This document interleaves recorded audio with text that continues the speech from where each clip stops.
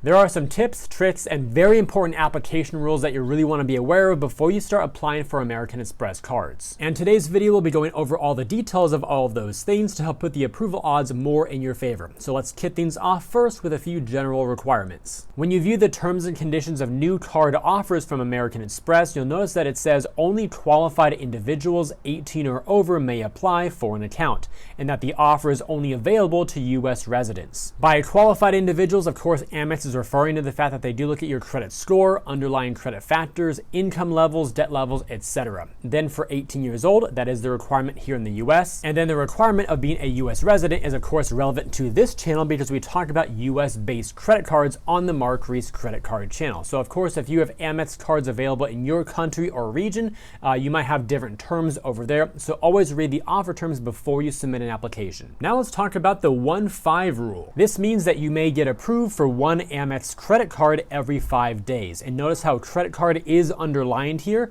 because it does not apply to Amex charge cards. Those charge card products include the Centurion card, Platinum card, Gold card, Green card, and Plum card. So that means this 1-5 rule applies to cards like the Blue Business Cash, Blue Business Plus, all the Hilton Honors cards, all the Marriott Bonvoy cards, the Delta cards, the Everyday card, the Everyday Preferred, etc. All the ones that do have an actual credit line and are traditional credit cards will be subject to the 1-5 rule. Also, a lot of these rules may not be hard rules and therefore may not apply to everybody in every single circumstance, especially for the people who have big spend on their Amex cards and have a long history.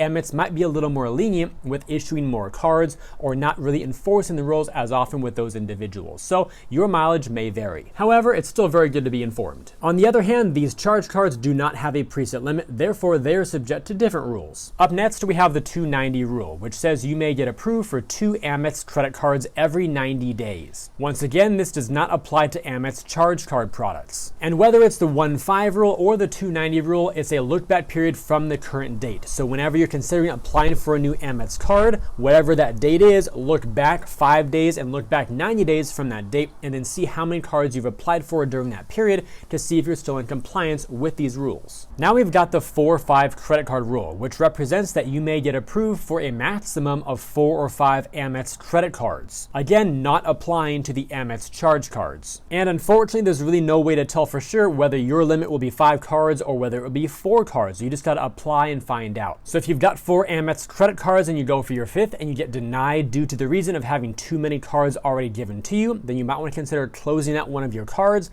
then calling the Reconsideration Line and having that new one approved if they'll allow that. Basically, you're freeing up or opening up one of your Amex slots to make room for a new card. Now we have a rule that applies to Amex's charge products. So this is called the 10 charge card rule. It states that you may get approved for a maximum of 10 Amex charge cards, and therefore it applies to the Amex Centurion, Platinum, Gold, Green, and Plum cards. Obviously, that's a lot of charge cards, and as I make this video in September 2022, there are no charge card products that have no annual fee. They all have a fee of at least $95 or more at this time. So, of course, if you have a lot of them, you'll be paying a lot in annual fees. So you might want to really make sure that you're getting value out of the cards that you have before you just consider getting a whole bunch of them. And if you're wondering where this 4-5 credit card rule and 10 charge card rule came from, I actually did a fun experiment talking with Amex representatives both over the phone and over the chat, and made a nice chart of all my data points from my discussions there about how many Amex cards can you have. So check out this other video,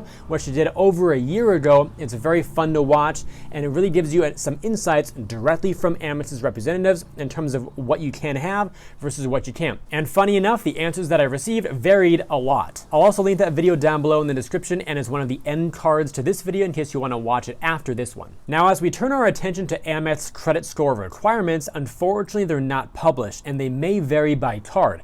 I'd personally want to have around a 670 score or higher to feel good about going into a new application, and the charge cards, just so you're aware, tend to be the easiest ones to get, which, believe it or not, might actually mean that the Amex Platinum card might be easier to get than one of the Bonvoy cards or one of the Delta cards. I also did another video about how the Amex Platinum card might be kind of easy to get, so check out this one as well. Again, again after this video, or if you want to switch to it right now, go for it. It's also pretty interesting and insightful in terms of why it's actually that way. And regarding that 670 score that I mentioned, again, that's kind of how I would personally feel at least somewhat confident going into an application. That is not anything that Amex has provided to me. It's not common knowledge. Additionally, I've seen data points that people get approved for the Amex Platinum card with scores between 620 and 640, and also modest incomes as well. So that goes to show you that there's really no set income or score level that for sure will get you approved, when there are a lot of other factors that go into your overall credit decision. Of course, make sure the card made sense for you before you go apply for it and pay an annual fee. But I say all of this because Amex's marketing kind of positions the Platinum and the Gold cards as really elevated, super luxury premium cards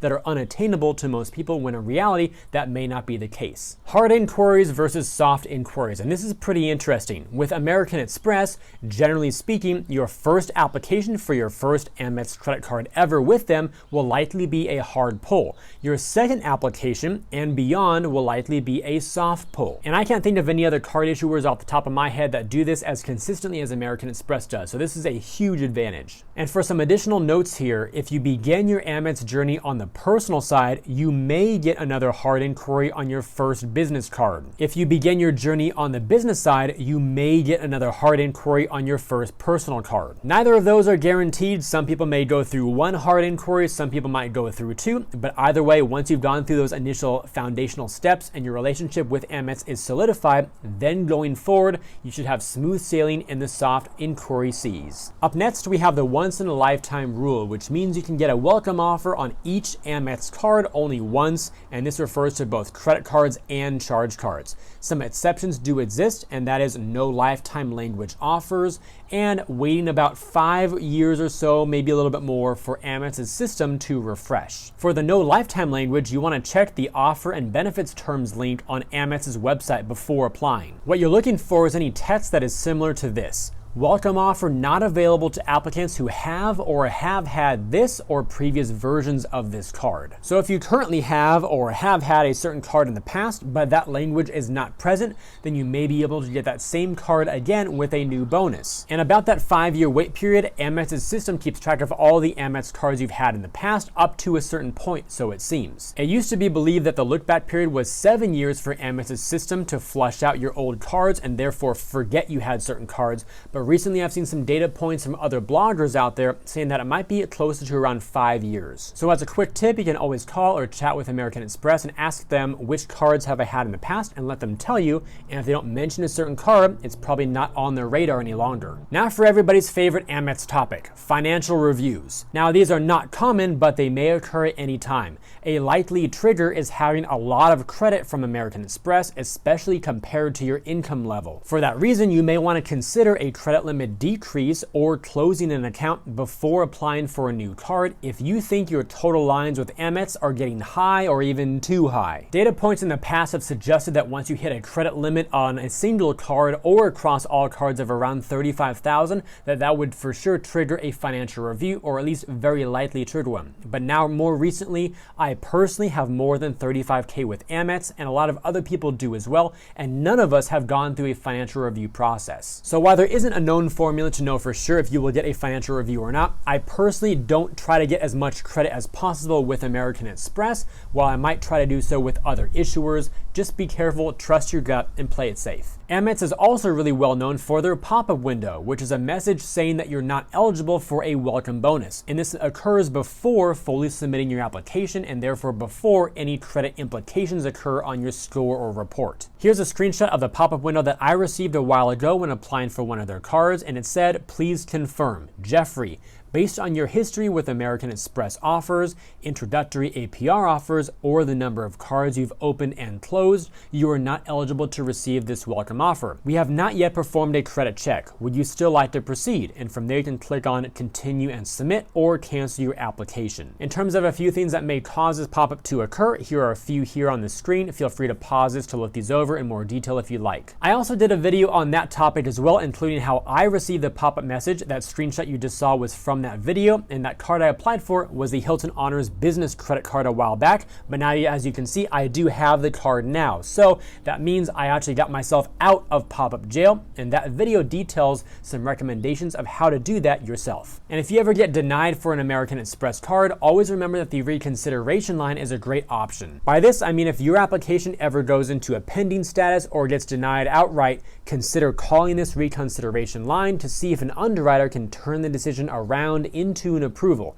And I put the phone number right there on the screen for your reference. And finally, to bring this video full circle, I'm going to share with you a few things I typically do with my own applications with American Express, and you can use these as your own blueprint to hopefully increase the odds of you getting approved as well. Number 1, use existing Amex cards regularly. Number 2, look at current balances. If any are high, pay them off. Number 3, count your current cards. If you're at a limit like the 4 or 5 credit card limit rule, then close one card and don't transfer the line to another card. Number 4, count your current limits. If the total lines are getting really large, request a credit limit decrease or close the card. Number 5, make sure you're in compliance with the 1.5 and 290 rules. Number 6, check if you've had the card before. If yes, then check for the lifetime language. And number 7, apply. And with all that said, if you enjoyed today's video and believe it could benefit other people, then please help me get it in front of them by liking this video, subscribing to the channel, and turning on those notifications. Also, check out the links down below in the description area to earn some more cash back when you shop online through Rakuten, to get $25 when you open a new SOFI checking and savings account and deposit just $10 or more, and to view my all-new site with some great credit card offers that I've organized into different categories to help you find the cards that you like best. I thank you all for watching today's video. I hope it brought you some great value. I look forward to seeing you in future videos, and while you're waiting on my next upload, always remember that you are great.